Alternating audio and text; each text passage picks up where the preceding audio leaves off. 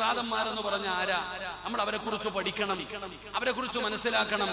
ഇപ്പൊ ഉദാഹരണം ചോദിച്ചാൽ, ഇവിടുത്തെ പള്ളിയിലെ ഖത്തീബിനോട് ഖത്തീബിന്റെ ഉസ്താദ് ആരാണെന്ന് ചോദിച്ചാൽ ഉസ്താദിന്റെ പേര് പറയും. എന്നോട് ചോദിച്ച എന്റെ ഉസ്താദിന്റെ പേര് പറയും. നിങ്ങളോട് ചോദിച്ച നിങ്ങളുടെ ഉസ്താദിന്റെ പേര് പറയും.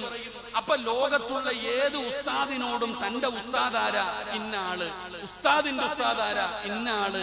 ഇങ്ങനെ ഉസ്താദന്മാര് തന്റെ ഉസ്താദ് തന്റെ ഉസ്താദ് തന്റെ ഉസ്താദ് തന്റെ ഉസ്താദ് എന്ന് ഉസ്താദന്മാരുടെ പരമ്പര പോയി അവസാനിക്കുന്നത് മഹാനായ ഗൗസുൽ ആലം ശൈഖ് മുഹയ്യിദ്ദീൻ അബ്ദുൽ ഖാദിർ ജീലാനി ഖദ്ദസല്ലാഹു സിർറഹുൽ അസീസ്.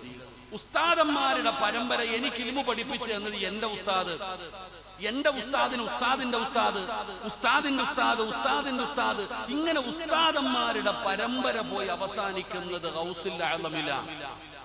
എന്റെ പ്രിയപ്പെട്ടവരെ, ആ ഗൗസുൽ ആലമിന്റെ ഉസ്താദിന്റെ പരമ്പര പറഞ്ഞു പോയാൽ ആ പരമ്പര പോയി അവസാനിക്കുന്നത് മഹാനായ ആദരവായ പ്രവാചകൻ നബി മുഹമ്മദ് മുസ്തഫ. ആ നബിതങ്ങളിലേക്കാണ്, അള്ളാഹുവിന്റെ പ്രവാചകൻ സല്ലല്ലാഹു അലൈഹി വസല്ലമ തങ്ങളിലേക്കാണ് ഗൗസുൽ ആലമിന്റെ പരമ്പര പോയി അവസാനിക്കുന്നത്. ആ നബിതങ്ങൾക്ക് ഇൽമു പറഞ്ഞു കൊടുത്തതാരാ? മഹാനായ മുഖറബുൽ അംലാഖു മലക്ക് ജിബ്രീൽ അലൈഹിസ്സലാം.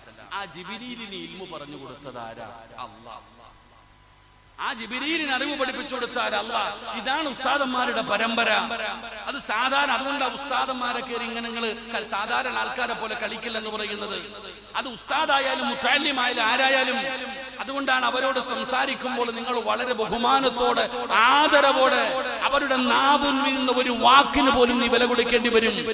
അപ്പൊ നമ്മൾ പറഞ്ഞു വന്നത്, എന്റെ പ്രിയപ്പെട്ട സഹോദരങ്ങളെ, ഈ മഖാമിൽ കിടക്കുന്ന മഹാരഥൻ അല്ലാഹു അവിടുത്തെ ദറജ ഉയർത്തി കൊടുക്കുമാറാകട്ടെ.